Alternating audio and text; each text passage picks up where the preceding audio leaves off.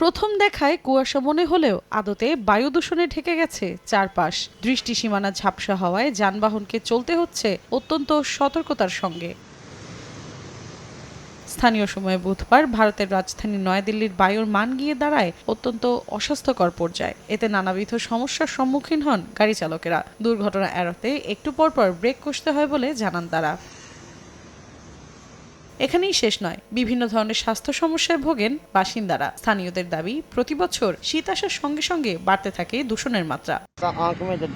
চোখ জ্বালাপোড়া করছে, এমনকি শ্বাস প্রশ্বাসেও সমস্যা হচ্ছে। সকালবেলা কফের সঙ্গেও কালো কালো ময়লা বের হয়।